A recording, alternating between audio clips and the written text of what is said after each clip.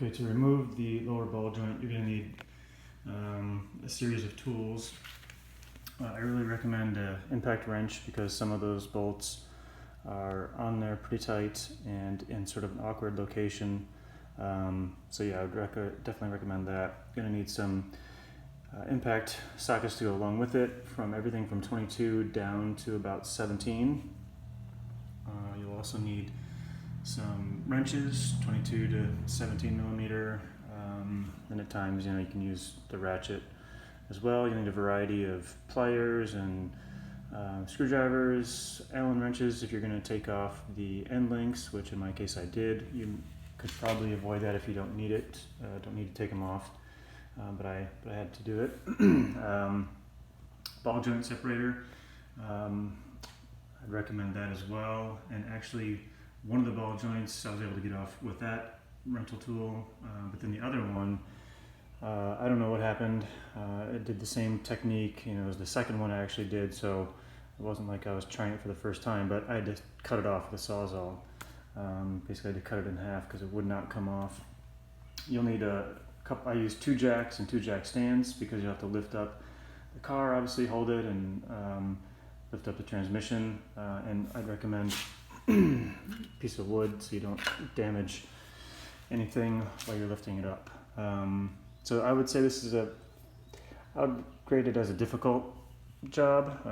Took 2 people most of the day, and I would say it's difficult because of all the different pitfalls you could possibly run into, like having a problem with the ball joint like I did, and just the variety of things that you'll run into. So the parts were about $140 for 2 lower control arms and 2 end links. The end links I think were maybe $25, $30 total. So that included tax and shipping and everything. So $140 for the entire job. And I got a tremendous quote. It was like $1,000 to do this from a shop, and I don't know if that was a real price or one to scare me away. But anyway,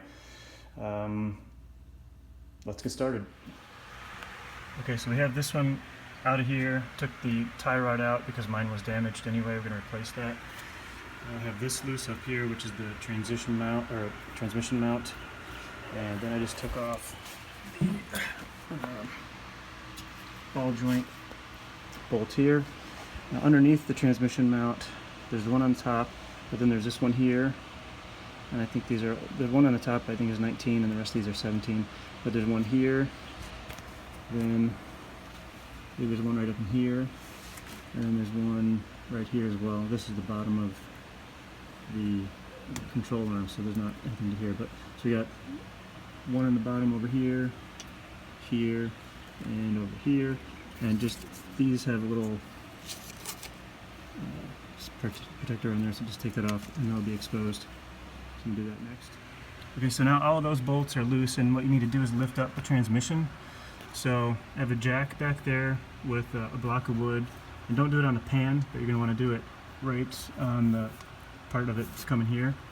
So once you start lifting that up, the transmission mount should start to separate like it's doing, and then we should be able to maneuver this thing out of here.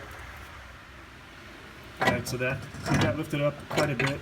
That should pop right out. Then that'll give you access to this part of the lower control arm, which you couldn't before, and then the other side, which is right over there. So that'll be the next steps. Okay, so to get the castle nut off, you're going to have to take out the cotter pin, which is a little bit difficult. Just spray it with penetrating oil and just sort of tap it out a little bit, and you should be able to pull it out the other side. Then you'll need a 19 millimeter wrench to loosen this up. I had to get a breaker bar on it because there's no room between here and here, so you got to use a box end or open end, and then put a breaker bar on the end of it, and then it should just pop off. Then I'll use the ball joint separator and just separate this out. To get the ball joint off, I had to bend this down in order to fit this around there. So you may have to just bend this metal down. You can bend it back up when it comes time.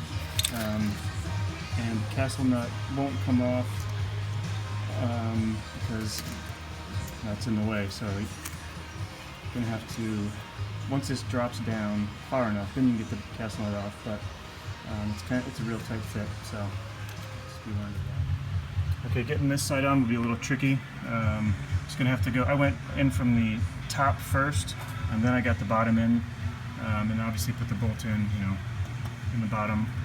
And I just, with the drill, just was pushing up very gently until it finally threaded its way through here.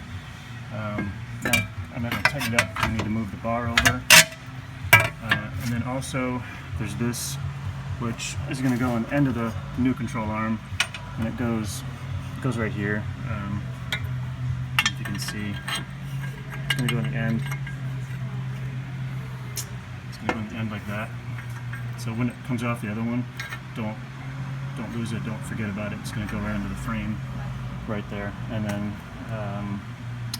I'm going to put these two on first just to get them in there, and then I'm going to put the ball joint in there. But I may change my mind once, we'll see how that goes. Okay, so yeah, I put in these two bolts. They're just finger tight in here, those two, and then that one. And then I was able to maneuver the ball joint in there, but it's going to take two people or quite a bit of a struggle, and then you'll have to sort of bang it up over this metal part here and form that back into shape when you're done. So the next steps will be just the castle nut and the cotter pin, tightening those 3 bolts up here, and then we got to put the transmission mount back in. Okay, here's the passenger side, so there's no transmission mount to lift up. Just put a jack and a piece of wood underneath the oil pan and lift up very carefully, and it'll clear that, and then it'll come out just like the other side. You got one bolt up here and 3 bolts down below. Okay, well, I forgot to video the end of it, but basically the reverse of taking it off, right? Make sure that I did have to lift up the oil pan a little bit more to get this into place. The jack probably just dropped a little bit while working on it. So yeah, you got that bolt, the one underneath of it, then the other 3, that one back there, and put on new end links, which that's pretty basic. You just remove that. You'll have to put a Allen wrench in there to stop that from spinning. So one here, one down there, that'll just pop on and off. If you have to cut it off, which I did on the other side, because eventually this stopped working, so I just sawed it off, and then it just comes off because everything's leaving, so it doesn't really matter. Then the only tricky part really was the castle nut and ball joint. Really, you got to push down here and have someone else sort of push this and then get it lined up, and it takes a little bit of time. It's not difficult, it just takes time. Don't forget the castle nut, of course. I think that's really it. Overall, I mean, it's kind of a difficult job. Took 2 people about 5-6 hours, but total parts were about $142, so part-wise it wasn't bad. Alright, good luck. Also, don't forget you'll need an alignment when this is all done, because everything is completely whacked out of alignment. Alright.